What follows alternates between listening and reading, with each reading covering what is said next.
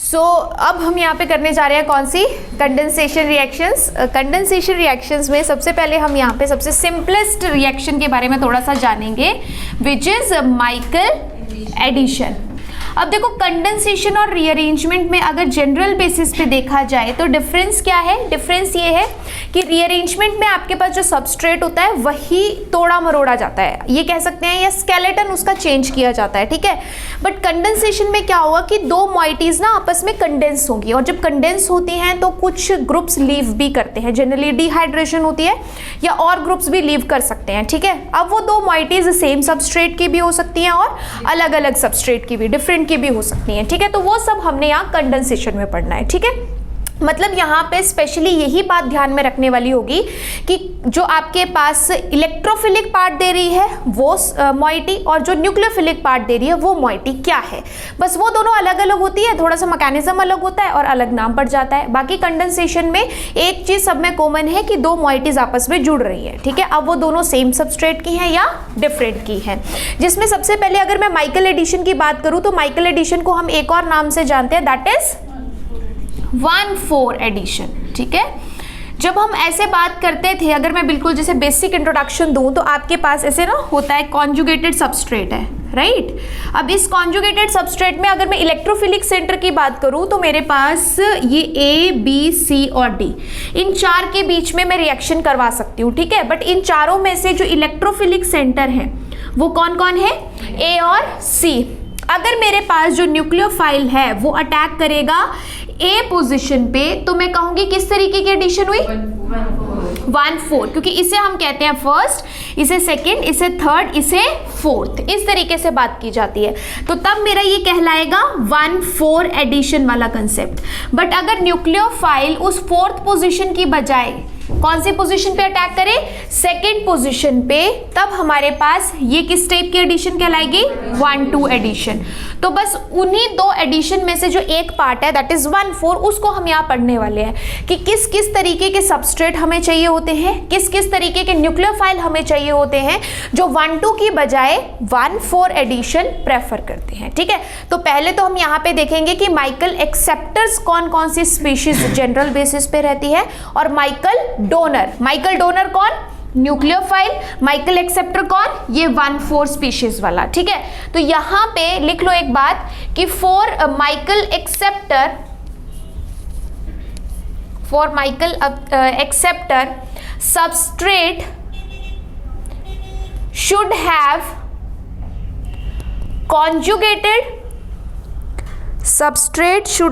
conjugated strong electron withdrawing group, strong electron withdrawing group, ठीक है। मतलब आपके पास जो ये माइकल एक्सेप्टर है, जैसे यहाँ पे हमने बात करी ना, तो वो आपके पास ऐसा ही होना चाहिए, कॉन्जुगेटेड और साथ में कोई स्ट्रॉन्ग इलेक्ट्रॉन विड्रॉइंग ग्रुप। या फिर आपके पास सपोज ऐसा दिया है, तब आपके पास साथ में एक स्ट्रॉन्ग इलेक्ट्रॉन विड्रॉइंग ग्रुप, यानी जो भी स्ट्रॉन्ग विड्रॉइंग ग्रुप है उसके साथ डबल बॉन्ड होना चाहिए, जो किसमें हो, कॉन्जुगेशन में हो। अगर इस तरीके का सबस्ट्रेट आपको दिया हुआ है then that can act as Michael acceptor, वो इलेक्ट्रॉन्स एक्सेप्ट कर सकता है, और एक्सेप्ट भी कौन सी पोजिशन पे, फोर्थ पोजिशन पे, या फिर कह सकते हैं सॉफ्ट सेंटर पे। कहां पे, सॉफ्ट सेंटर पे। तो ये आपके पास सॉफ्ट इलेक्ट्रोफिलिक सेंटर हुआ, ये भी आपके पास सॉफ्ट इलेक्ट्रोफिलिक सेंटर हुआ। क्यों, क्योंकि यहां पे जैसे अभी मैंने डिस्कस किया, एक तो थी फोर्थ पोजीशन, एक थी सेकेंड पोजीशन। फोर्थ पोजीशन जो है वो कार्बोनिल में ऑक्सीजन से काफी दूर है, इलेक्ट्रॉन तो ये भी एक्सेप्ट कर रही है, कैसे कर रही है, अगर यहाँ इलेक्ट्रॉन दोगे तो नेगेटिव चार्ज ऑक्सीजन पे जा सकता है, ठीक है, ये बात हमने डिस्कस करी थी पहले। तो अगर यहाँ पे इलेक्ट्रॉन एक्सेप्ट हुए तो वो कैसा सेंटर, सॉफ्ट इलेक्ट्रोफाइल। बट अगर उस कार्बन पे हुए जो ऑक्सीजन के बिल्कुल एडजेसेंट है तो वो हार्ड। तो यहाँ पे जो इंटरेक्शन हो रही है वो कौन सी हो रही है, सॉफ्ट। इट मींस अगर हम सबस्ट्रेट में सॉफ्ट सेंटर ढूंढ रहे हैं, एक्सेप्टर में सॉफ्ट सबस्ट्रेट ढूंढ रहे हैं, तो जो डोनर होगा उसमें भी सॉफ्ट सेंटर होना चाहिए, ठीक है। तो उसके लिए भी लिख लो, फॉर माइकल डोनर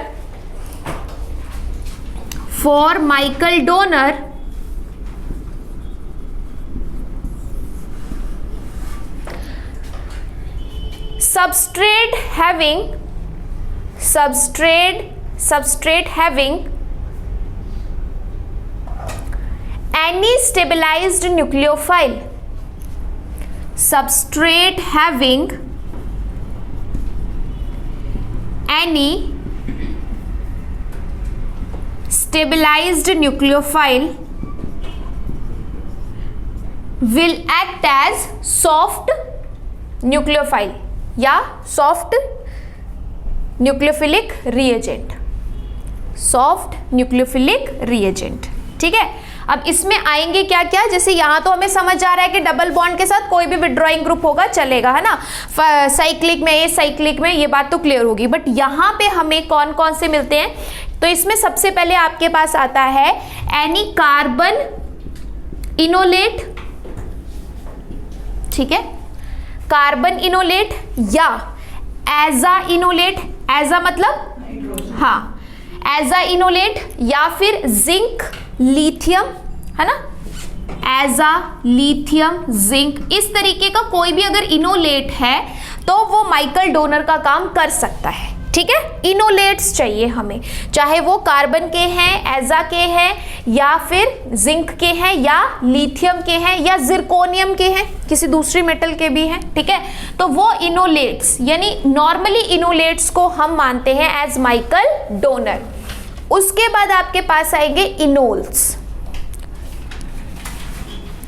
इनोल जो होता है वो भी सॉफ्ट न्यूक्लियोफिलिक रिएजेंट माना जाता है, डबल बॉन्ड के ऊपर OH, है ना, इनोल भी न्यूक्लियोफाइल होता है, न्यूक्लियोफिलिक होता है। उसके बाद इनामीन्स, है ना, डबल बॉन्ड के ऊपर क्या, नाइट्रोजन, नाइट्रोजन वाला पार्ट है तो इनामीन, डबल बॉन्ड के ऊपर OH है तो इनोल। तो इनोल भी और इनामीन्स भी, ये भी आपके पास किस तरीके के डोनर है, सॉफ्ट डोनर या माइकल डोनर्स। ठीक है, इसके बाद आपके पास जो बर्च रिएजेंट है, बर्च रिएक्शन में आपके पास है ना, बर्च रिएजेंट की हम बात करते हैं, तो जिसमें हम क्या लेते हैं, है ना, अमोनिया लेते हैं लिक्विड फॉर्म में, जिससे स्पेशली अगर हम देखें तो हमारे पास क्या आते हैं, इलेक्ट्रॉन्स आते हैं, फ्री इलेक्ट्रॉन्स। तो जो फ्री इलेक्ट्रॉन्स हमें बर्च रिएजेंट में मिलते हैं वो भी हमारे पास काम करते हैं एज माइकल डोनर। ठीक है, अगर कहीं पे मिले तो आप इनको भी रख सकते हो माइकल डोनर की कैटेगरी में। बर्च रिएजेंट, जो इलेक्ट्रॉन्स हमें मिले लिक्विड अमोनिया से, बहुत अच्छा काम करते हैं ये माइकल डोनर का। ठीक है, ओके, और हमारे पास ऐसे ऑर्गेनोमेटेलिक रिएजेंट जिनके पास कोवेलेंट कैरेक्टर ज्यादा हो या आयनिक कैरेक्टर कम हो, वो भी सॉफ्ट डोनर का काम करते हैं। लिख लो, any organometallic reagent with less ionic character, less ionic character का मतलब more covalent character। for example Gilman reagent, R2CuLi, या फिर Grignard reagent with copper salt, है ना, या तो गिलमैन रिएजेंट दिया हो आपको या फिर आपके पास क्या दिया हो, Grignard reagent with copper salt. ठीक है, इसके अलावा और भी एग्जांपल्स हैं, वो भी नोट कर लो।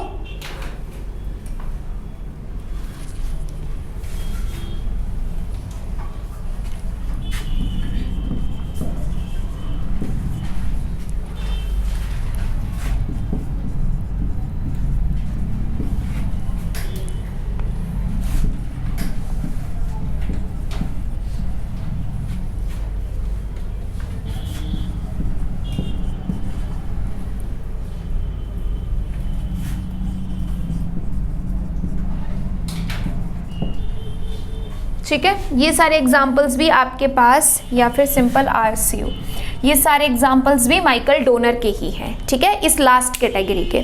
तो यहाँ पे सबसे पहले तो हमें बस यही चीज़ कंफर्म करनी है कि कौन हमारे पास माइकल डोनर है और कौन हमारे पास माइकल एक्सेप्टर है। ये दो चीज़ें अगर हमें समझ आ गई तो माइकल रिएक्शन करवाने में या माइकल एडिशन कराने में कोई भी दिक्कत नहीं आएगी। तो जो हमारे पास माइकल एक्सेप्टर है वो क्या कह रहा है कि सबस्ट्रेट में कॉन्जुगेटेड इलेक्ट्रॉन विड्रॉइंग ग्रुप होना चाहिए, कॉन्जुगेशन के साथ कोई भी विड्रॉइंग ग्रुप। और जो आपके पास डोनर है वो क्या कह रहा है, डोनर कह रहा है कि हमारे पास या तो इनोलेट्स हो, या तो इनोल हो, या फिर इनामीन हो, या फिर ऐसे ऑर्गेनोमेटालिक रिएजेंट्स हो जिनके पास आयनिक कैरेक्टर कम होता है। और आयनिक कैरेक्टर कैसे कैलकुलेट करते हैं ये जीओसी में मैंने तुम्हें सिखा दिया था, ठीक। तो उस हिसाब से अगर आपके पास यहाँ पे दिया है गिलमैन रिएजेंट तो वो सॉफ्ट एडिशन करता है, Grignard reagent with copper salt दिया है तो वो सॉफ्ट एडिशन करता है, या कुछ एग्जांपल्स ऑर्गेनोमेटालिक रिएजेंट्स की ये भी हैं, ये सारे भी फॉलो करते हैं कौन सी एडिशन, माइकल एडिशन या सॉफ्ट एडिशन या 1,4 एडिशन। अब मैं यहाँ पे एक एग्जाम्पल दूंगी जो आपको कंप्लीट करना है, ठीक है, उसका प्रोडक्ट बनाना है। चलो इस एग्जाम्पल में देखो हमारे पास सबसे पहली कंडीशन कि कॉन्जुगेटेड इलेक्ट्रॉन विड्रॉइंग ग्रुप दिया है, यस, यानी माइकल एक्सेप्टर है। Michael donor, yes. कार्बन और कॉपर के बीच का जो बॉन्ड है उसमें आयनिक कैरेक्टर कम होता है, कोवेलेंट कैरेक्टर ज्यादा होता है, इसलिए ये वाला बॉन्ड जो है ये यहाँ पे न्यूक्लियोफाइल की तरह एक्ट कर सकता है, बट कैसा न्यूक्लियोफाइल, सॉफ्ट न्यूक्लियोफाइल, यानी वो गिलमैन रिएजेंट टाइप की ही बात होगी आपके पास, ठीक है। तो यहाँ पे सबसे पहला स्टेप तो यही होगा कि इसका ये जो सिग्मा बॉन्ड है ये अपने सिग्मा इलेक्ट्रॉन लेके 4th पोजीशन पे अटैक करेगा, जिसकी वजह से ये सारे इलेक्ट्रॉन फर्दर शिफ्ट होंगे। यही होगी ना सॉफ्ट एडिशन, इसी को कहते हैं हम 1,4 एडिशन। ऐड हो गया, चलो अब 1,4 एडिशन हमने करा दी, लेकिन उसके बाद हमें एक और सबस्ट्रेट यहाँ मिल रहा है और उस सबस्ट्रेट में क्या प्रेजेंट है, सिलाइल। और सिलाइल का अच्छा बॉन्ड किसके साथ बनता है, ऑक्सीजन के साथ, यानी ऑक्सीजन और सिलिकॉन का बॉन्ड होता है काफी ज्यादा स्ट्रॉन्ग। इट मींस ये जो दूसरा रिएजेंट दिया गया है ये ऑक्सीजन के साथ ही अटैक करने के लिए दिया गया है। तो अब आपके पास यहाँ पे है Me3Si with iodine. It means आपको ना कहीं वापस जाने की जरूरत नहीं है इलेक्ट्रॉन को लेके, सीधा अटैक कहां से होगा, ऑक्सीजन से। ऑक्सीजन से अटैक हुआ और आयोडीन यहां से बाहर। आपको बताया मैंने ये चीज कि जब नेगेटिव चार्ज बनता है तो वो वापस कार्बन पे भी आ सकता है, लेकिन सामने अगर ऑक्सीजन लविंग सबस्ट्रेट है तो अटैक ऑक्सीजन से, अगर कार्बन लविंग है तो कार्बन से, इसलिए हमने कहां से कराया, ऑक्सीजन से। अब इसके बाद यहाँ पे क्या आ गया, OSiMe3, और ये जो 5 मेंबर्ड रिंग थी इसमें ये सबस्ट्रेट कुछ ऐसा बन जाएगा, हो गया। अब इसके बाद हमें क्या करना है, इसके बाद हाइड्रोलिसिस, बट हाइड्रोलिसिस से होगा क्या, OH और टोटोमेरिज्म। OH कैसे बनेगा,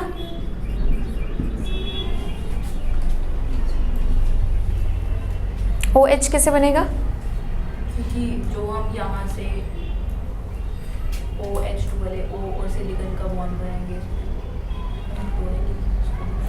होगी यहाँ पे एक तरह की डी प्रोटेक्शन ही। अभी जो आपके पास जैसे सपोज ये OH होता तो प्रोटेक्ट होके OSiMe3 बन गया होता, तो इसकी होगी डी प्रोटेक्शन ही, क्योंकि इसका बॉन्ड जो है वो एसिडिक कंडीशन में इजीली टूट जाता है। लेकिन मैकेनिज्म क्या होगा कि H2+ से ये लेगा H+, जैसे ही यहाँ पे H+ लेगा ऑक्सीजन पे कैसा चार्ज, पॉजिटिव चार्ज, और अगर ऑक्सीजन पे पॉजिटिव आया है तो उसका जो एडजेसेंट सिलिकॉन है वो भी क्या हो जाएगा, इलेक्ट्रोफिलिक।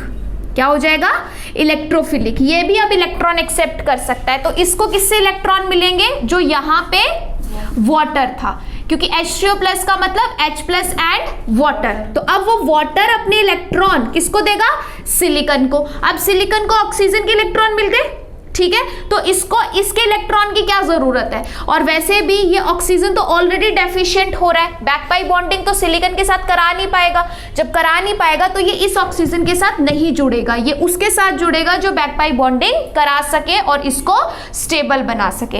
इट मींस यहां पे हुई जस्ट क्या, डी प्रोटेक्शन, ठीक है। तो अब आपके पास ये जो यहाँ पे OSIMe3 था ये ब्रेक होके कन्वर्ट हो जाएगा किसमें, OH में, और OH की जब आप यहाँ कराओगे टोटोमेरिज्म तो क्या बनेगा, कीटोन, क्योंकि ये कैसी फॉर्म है, इनोल फॉर्म। इनोल फॉर्म की अब क्या करवा दो, टोटोमेरिज्म, और टोटोमेरिज्म कराओगे तो यहाँ पे बन जाएगी ये कीटोन। और इस तरीके से हमने यहाँ पे करवा ली क्या रिएक्शन, माइकल एडिशन, मतलब ऐड हो रहा है ये एक तरीके से, ठीक है। कंडेंसेशन को भी दूसरे तरीके से हम यही कहते हैं कि वहां चीजें जुड़ती हैं बट वहां क्या है कि लीव भी करता है ना, ज्यादातर चीजें लीव भी करती है साथ में। यहाँ माइकल एडिशन हम इसलिए सीख रहे हैं क्योंकि आगे हमें और रिएक्शंस पढ़नी है, ठीक है, जिसमें माइकल एडिशन का भी काम होगा। तो सबसे बेसिक रिएक्शन हमारे पास ये थी, Michael acceptor and Michael donor, दो ही चीजें हैं। अगर वो क्लियर है तो आप यहाँ पे इजिली 1,4 एडिशन करवा सकते हो। एज वेल यहाँ पे आपको वो कंसेप्ट भी हेल्प करेगा जो GOC में पढ़ा था, सॉफ्ट इंटरेक्शंस, या सॉफ्ट इलेक्ट्रोफाइल क्या होते हैं, सॉफ्ट न्यूक्लियोफाइल क्या होते हैं। अगर आपको इस चीज का नॉलेज है तो माइकल एडिशन आपके लिए कोई बड़ी बात नहीं है। क्या ये क्वेश्चन सबको समझ आया, क्लियर है, ओके। चलो नेक्स्ट एक और क्वेश्चन यहाँ पे देखो। इस क्वेश्चन में हमें कैसे समझ आ रहा है कि फर्स्ट स्टेप में माइकल एडिशन होगी। पहली बात, सबस्ट्रेट आपका कॉन्जुगेटेड इलेक्ट्रॉन विथड्रॉइंग ग्रुप रख रहा है। दूसरी बात, जो आपके पास यहाँ रिएजेंट दिया गया है उसमें PPH3 मतलब फॉस्फोरस के 3 बॉन्ड, 3 बॉन्ड होने का मतलब लोन पेयर अभी भी फ्री है तो न्यूक्लियोफाइल की तरह काम कर सकता है। अब आते हैं हम अपने उस कंसेप्ट पे कि फॉस्फोरस के पास अगर लोन पेयर है तो उसको सॉफ्ट न्यूक्लियोफाइल का काम करना चाहिए या हार्ड, तो आंसर है सॉफ्ट। क्यों, क्योंकि उसी की फैमिली का नाइट्रोजन था, स्मॉल साइज था, ज्यादा इलेक्ट्रोनेगेटिव था, तो वो नाइट्रोजन एक्ट करता है हार्ड, और फॉस्फोरस का साइज बड़ा होता है, इलेक्ट्रोनेगेटिविटी कम होती है, इसलिए वो है सॉफ्ट। इट मींस यहाँ पे कंसेप्ट्स के अकॉर्डिंग ये सॉफ्ट न्यूक्लियोफाइल अटैक करेगा सॉफ्ट इलेक्ट्रोफिलिक सेंटर पे। दूसरी बात, ये भी नहीं समझ आ रहा था तो यहां से तुम्हें हिंट मिल सकता था कि सिलिकॉन दिया है विद OTF इज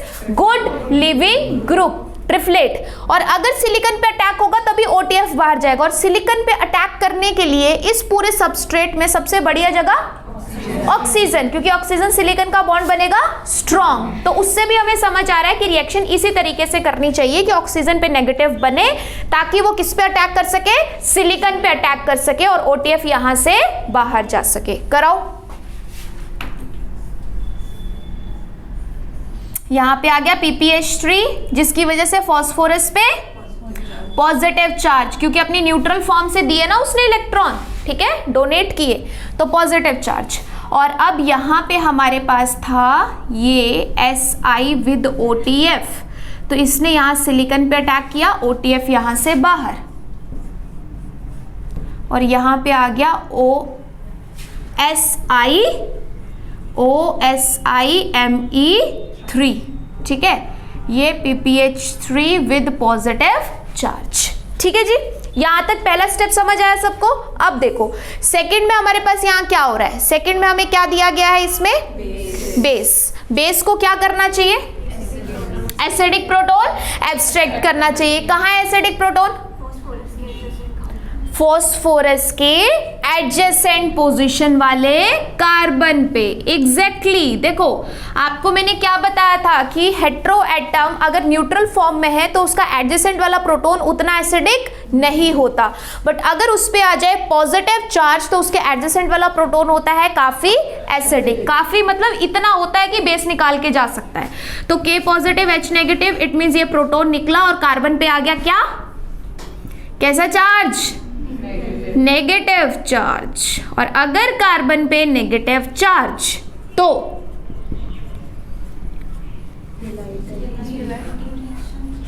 यस, क्या बनाइए, फॉस्फोरस येलाइड। और फॉस्फोरस येलाइड अगर आपको कार्बोनिल यानी एल्डिहाइड या कीटोन के साथ दिया तो कौन सी रिएक्शन, विटिक रिएक्शन। यस, तो यहां पे अब आपको करानी थी विटिक रिएक्शन। बस ऐसे सब लिंक्स ज्वाइन करने होते हैं, सारी कड़ियां जोड़नी होती हैं और फिर आपको आपकी मंजिल मिल जाती है।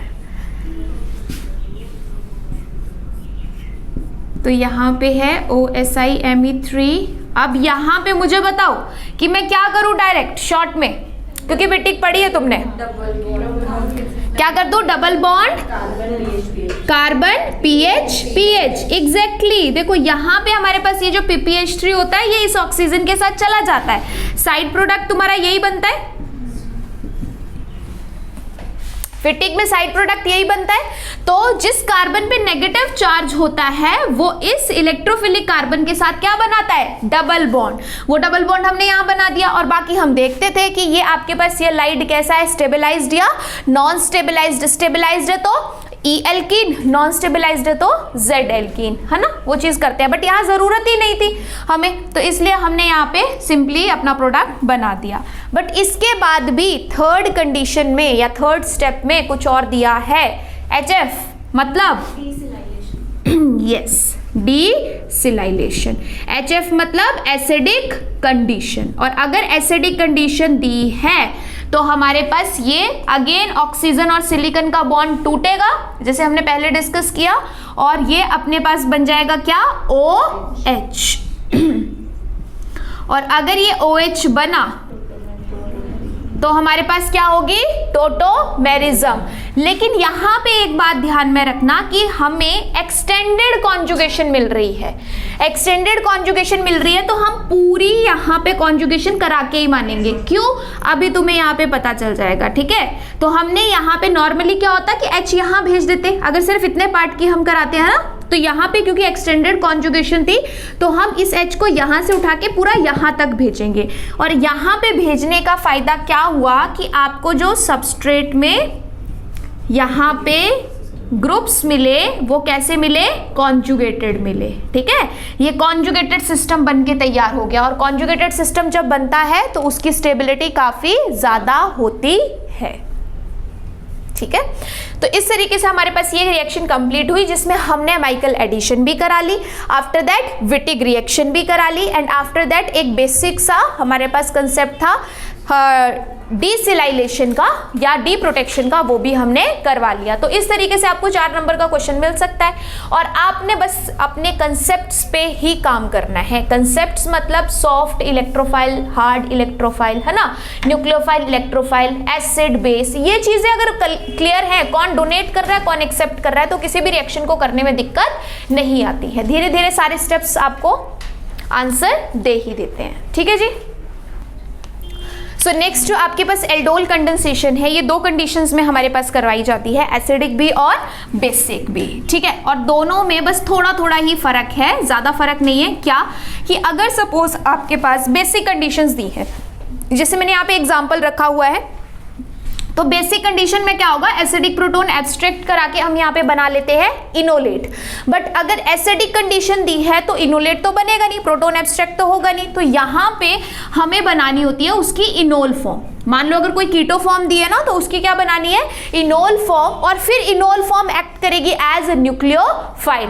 यानी एल्डोल कंडेंसेशन में जैसे ALD वर्ड है, यानी एल्डिहाइड से आप याद रख लो कि आपके पास एक एल्डिहाइड है, एक कीटोन है, ऐसा मान सकते हो, या 2 कीटोन्स भी हैं, ठीक है।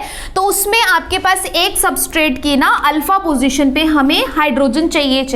क्यों चाहिए, अगर बेसिक कंडीशन दी है तो वो प्रोटोन एब्स्ट्रैक्ट करके इनोलेट बना सके।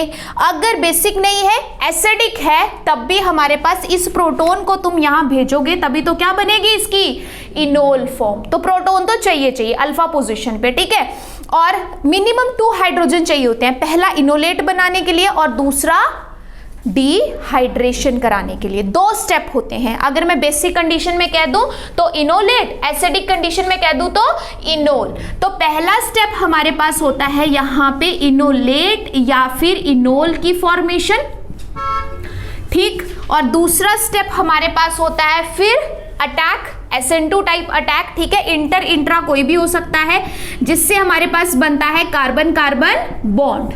इंटर या फिर इंट्रामोलिक्यूलर SN2, क्योंकि जिसका नेगेटिव चार्ज होगा वो दूसरे, है ना, दूसरे इलेक्ट्रोफिलिक कार्बोनिल पे क्या करेगा, अटैक करेगा। अटैक करने के बाद एक और स्टेप हम इसमें करवाते हैं और वो हमारे पास है डिहाइड्रेशन जनरली, और वो फॉलो करती है कौन सा मैकेनिज्म, E1CV मैकेनिज्म। मतलब मैकेनिज्म के बेसिस पे बात करूं तो 3 स्टेप है, पहले इनोलेट या इनोल की फॉर्मेशन, दूसरा SN2 अटैक और तीसरा E1 elimination, sorry E1CV elimination या मैकेनिज्म। CV क्यों कह रही हूं, क्योंकि साथ में इलेक्ट्रॉन विड्रॉइंग ग्रुप तो रहेगा ही रहेगा। और जब हमने E1CV डिस्कस किया था रिएक्शन मैकेनिज्म में, तब भी मैंने कहा था कि हमारे पास कॉन्जुगेट बेस तभी बनता है जब साथ में इलेक्ट्रॉन विड्रॉइंग ग्रुप हो, स्ट्रॉन्ग विड्रॉइंग ग्रुप हो।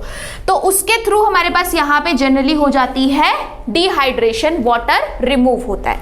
अब ये तीनों स्टेप हमारे पास कैसे होंगे इस रिएक्शन के थ्रू हम देखते हैं। ठीक है, देखो ये अपने पास एक कीटोन दिया है, दूसरा अपने पास एल्डिहाइड दिया है, 2 कार्बोनिल को हमने साथ में कंडेंस करना है, किसकी प्रेजेंस में, बेस की प्रेजेंस में। अब बेस तुम्हें टर्शियरी ब्यूटॉक्साइड भी दे सकता है या KOH विद ETOH भी दे सकता है, कैसा भी बेस है, बेस चाहिए तो क्या करेगा बेस, एसिडिक प्रोटोन को एब्स्ट्रैक्ट करेगा।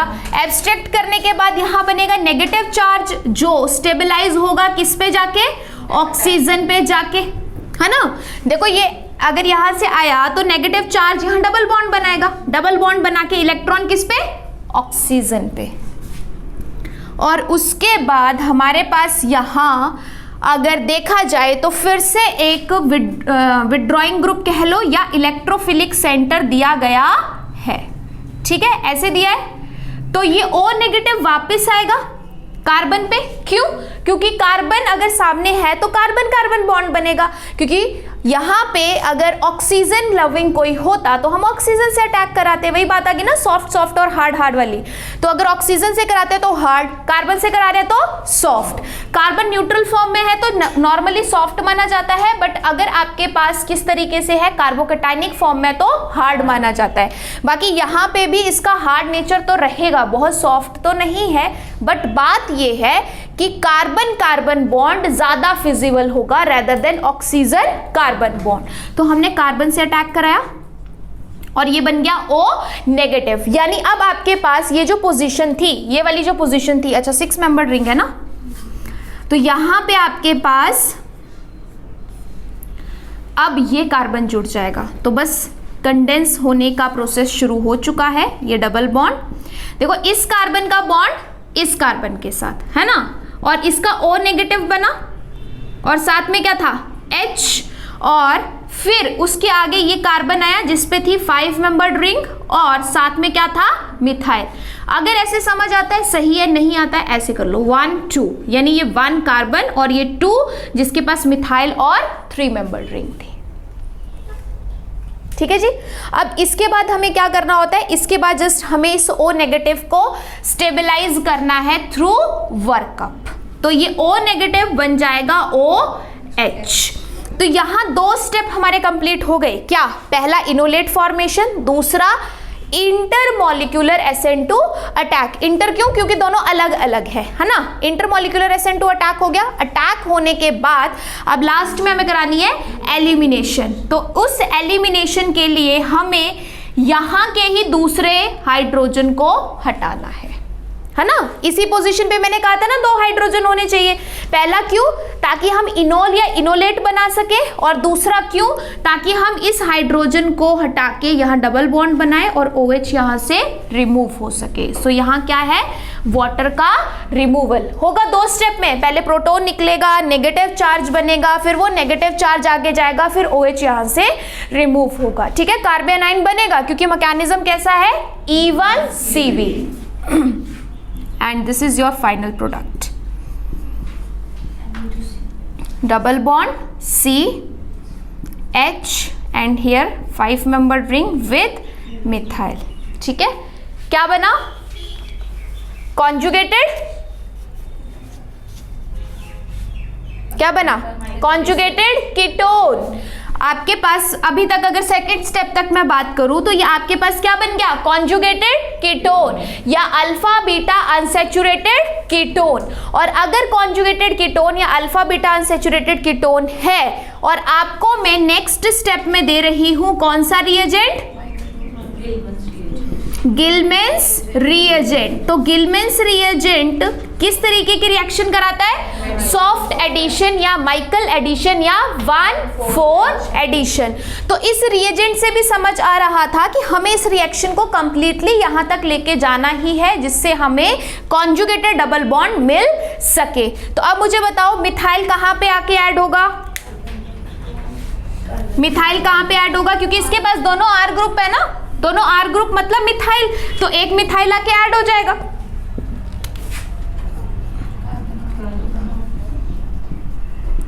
ये जो मिथाइल है ये ऐड होगा कौन सी पोजीशन पे, 4th पोजीशन पे यानी कार्बन पे।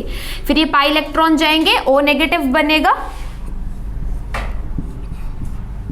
और O नेगेटिव को वर्कअप से हम प्रोटॉन देके बना देंगे OH। और उसके बाद एक स्टेप हमने और करवाना है, दैट इज टोटोमेरिज्म, ठीक है, and that's your final product for this reaction. Aldol खत्म हो चुकी थी यहां पे, बट हमने इस रिएक्शन को कंप्लीट किया है।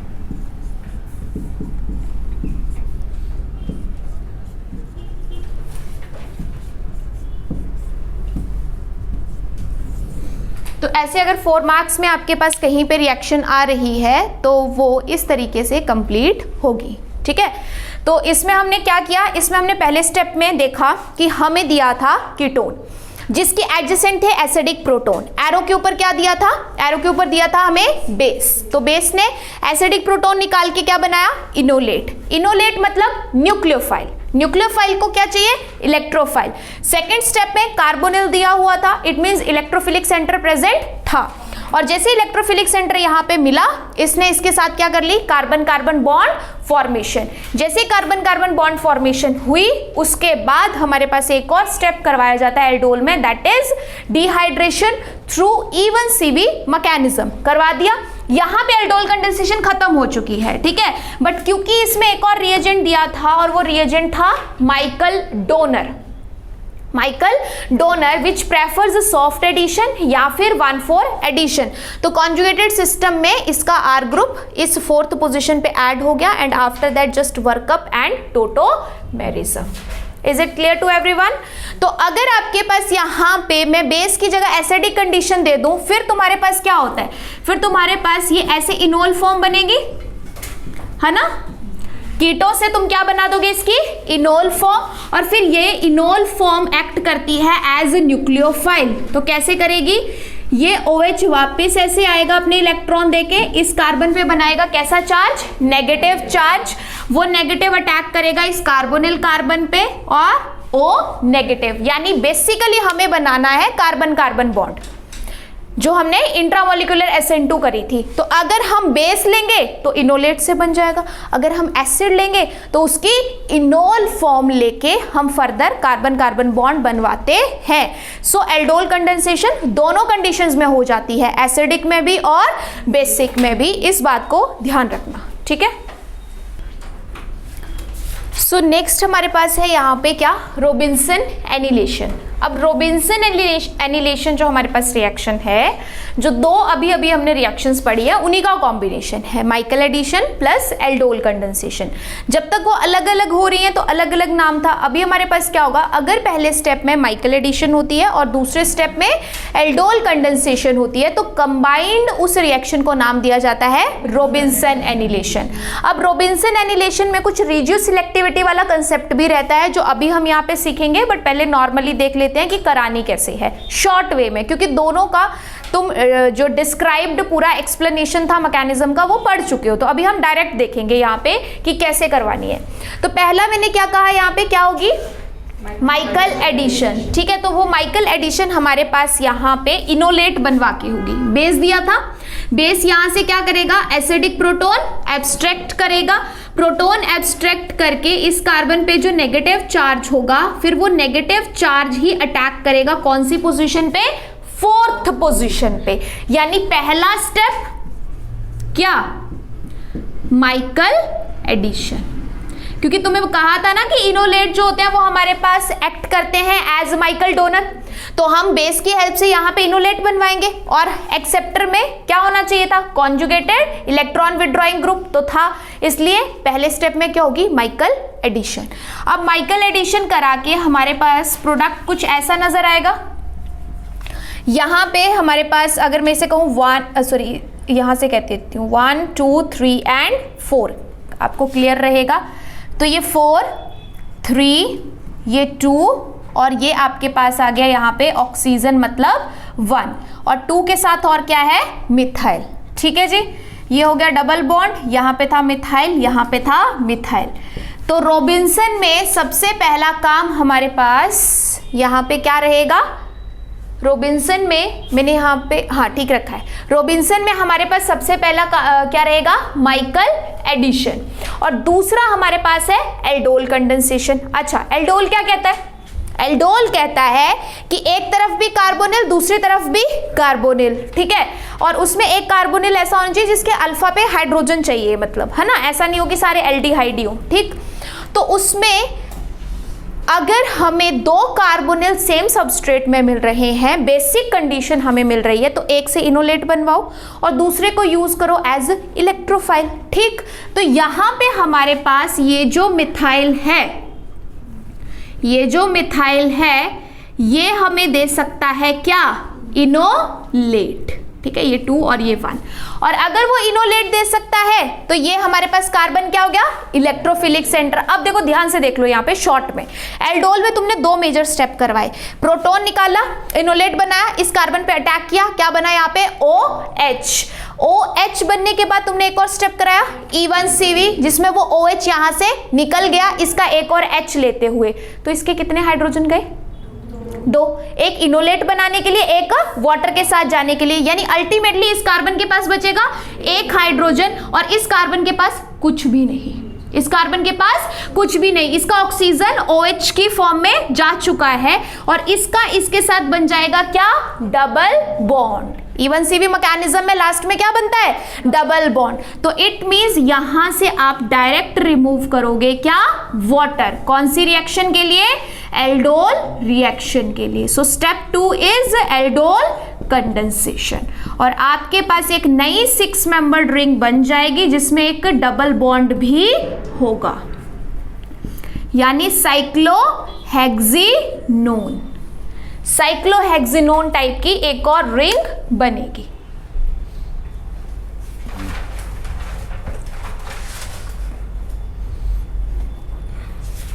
तो ये दोनों रिएक्शन कंबाइंड हमें करवानी है किसमें, रॉबिन्सन एनिलेशन में। तो रॉबिन्सन एनिलेशन में हमने क्या देखा, हमने देखा कि पहले हमारे पास होगी माइकल एडिशन और माइकल एडिशन के बाद हमने यहाँ पे सिंपली करवा देनी है aldol condensation with the removal of water. अब ये सिंपली तो हमें समझ आ रही है, बट कई बार रिजियो सिलेक्टिविटी में ऐसा होता है कि हम यहाँ पे इनोलेट की बजाय कुछ और यूज कर रहे हैं, या इनोलेट बनाने के लिए हमारे पास दोनों तरफ हाइड्रोजन होने के चांसेस हैं। क्या है, हाइड्रोजन, यहां तो एक ही तरफ हाइड्रोजन था तब तो फटाफट यहीं से चूज करके रिएक्शन करा दी, बट इन केस यहां भी हाइड्रोजन होता, यहां भी हाइड्रोजन होता, तो फिर ये सिलेक्टिविटी शो करता है कि किस जगह से मुझे हाइड्रोजन निकाल के फर्दर प्रोडक्ट बनाना है। एक इंपॉर्टेंट ये चीज, और दूसरी कि इनोलेट ना होके मैं इनामीन के साथ रिएक्शन कराऊं, क्योंकि इनामीन्स भी आपके पास क्या होते हैं, माइकल डोनर। इनामीन्स भी क्या होते हैं, माइकल डोनर। तो इनामीन्स के साथ अगर मैं करवाती हूं फिर मेरा प्रोडक्ट क्या बनेगा, ठीक है। तो ये रिजियो सिलेक्टिविटी के अंडर आता है, लिखिए इस बात को, regioselectivity in Robinson annulation. So regioselectivity in Robinson annulation 2 parts में हमने डिवाइड किया है, one is for enolate and other one is for इनामीन्स।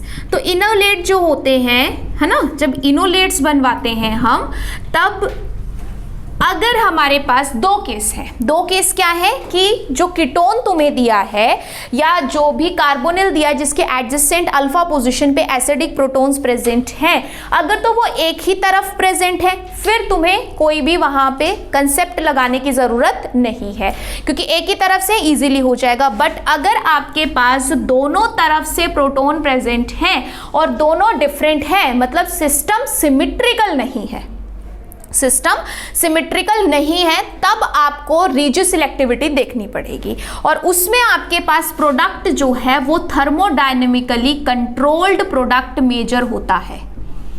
Thermodynamically controlled product major होता है। इट मींस आपको यहां पे जो प्रोटॉन निकालना है या नया कार्बन कार्बन बॉन्ड बनाना है वो बनाना है मोर सब्स्टिट्यूटेड साइड से। कहां से बनाना है? मोर सब्स्टिट्यूटेड साइड से। तो इस बात को ध्यान रखना कि थर्मोडायनेमिकली कंट्रोल्ड प्रोडक्ट मेजर कब होगा? When new carbon carbon bond in Michael addition is formed from more substituted side। तो इस बात को याद रखना, ये तुम्हारे लिए शॉर्ट ट्रिक है, ठीक है। नॉर्मली ऐसे है कि जब इनोलेट हो, सिस्टम सिमेट्रिकल नहीं हो, तो thermodynamically product will be major. और थर्मोडायनेमिकली मेजर प्रोडक्ट बनाने का मतलब क्या है? मतलब ये है कि हमेशा उस प्रोटॉन को तुम निकालोगे इनोलेट बनाने के लिए जो ज्यादा सब्स्टिट्यूटेड पोजीशन पे होगा, या फिर जो नया carbon carbon bond Michael addition के लिए बनाओगे वो मोर सब्स्टिट्यूटेड साइड से बन पाओगे, ठीक। और इनामीन में होता है बिल्कुल इसके अपोजिट। अपोजिट क्यों होगा? देखो, पहले तो हम बनवाते हैं कीटोन को अमीन के साथ रिएक्ट करवा के, क्या? इनामीन। और इनामीन्स की खासियत ये होती है कि वो प्रेफर करते हैं हमेशा लेस सब्स्टिट्यूटेड साइड से अटैक करना। हमेशा कहां से करती है? लेस सब्स्टिट्यूटेड साइड से। तो हमारे पास ये जो हाइड्रोजन है, एक बार देख लो इस बात को कि आपके पास अब अगर मैं चाहूं तो यहां क्या करवाया मैंने? कार्बन डबल बॉन्ड O को कन्वर्ट किया कार्बन डबल बॉन्ड N में, simple with the removal of water, है ना, वही वाली रिएक्शन करवाई, तभी तुम्हारे पास यहां क्या बनेगी? इनामीन। बट वो इनामीन बनाने के लिए मेरे को या तो इस हाइड्रोजन को हटाना पड़ेगा या इस हाइड्रोजन को हटाना पड़ेगा, तभी यहां क्या बनेगा? Double bond. बट अगर मैं इस हाइड्रोजन को चूज करती हूं तो ये मेरे पास है मोर सब्स्टिट्यूटेड वाली साइड पे, क्योंकि इस कार्बन पे ये बॉन्ड भी है, ये बॉन्ड भी है ना। बट अगर यहां से चूज करती हूं तो यहां पे सिर्फ एक कार्बन बॉन्ड है, यानी ये उतना सब्स्टिट्यूटेड नहीं है। तो हमेशा इनामीन जो है वो हम लेस सब्स्टिट्यूटेड साइड से बनाएंगे। और लेस सब्स्टिट्यूटेड साइड से क्यों? क्योंकि यहां से बनाई गई जो इनामीन है वो फर्दर अटैक भी यहीं से करेगी, वो फर्दर अटैक भी यहीं से करेगी। ओहो, इट मीन्स आपके पास अब यहाँ पे क्या हुआ? नाइट्रोजन का लोन पेयर वापस आ गया, एक नया डबल बॉन्ड बना, वो इस पोजीशन पे बना और बाकी आपके पास सिस्टम ऐसे ही है। तो ये जो नई चीज बन के आई इसको हम क्या कहेंगे? Enamine. Enamine means ene for double bond, amine for nitrogen. तो डबल बॉन्ड के ऊपर नाइट्रोजन रहेगा, इट मीन्स इनामीन, ठीक है जी। तो ये क्या बन गई? इनामीन। और अब इनामीन हमने जिस साइड से हाइड्रोजन निकाल के बनाई है तो वो अटैक भी उसी साइड से करेगी। इट मीन्स ये कहाँ से अटैक करेगी? अगर इसको इलेक्ट्रॉन देने होंगे तो ये कार्बन न्यूक्लियोफाइल इसी साइड बनाएगी, ठीक है। और ये साइड हमारे पास कैसी है? Less substituted. और अगर ये लेस सब्स्टिट्यूटेड साइड है तो इससे जो बनने वाला प्रोडक्ट होगा वो आपका कैसा होगा? Kinetically controlled.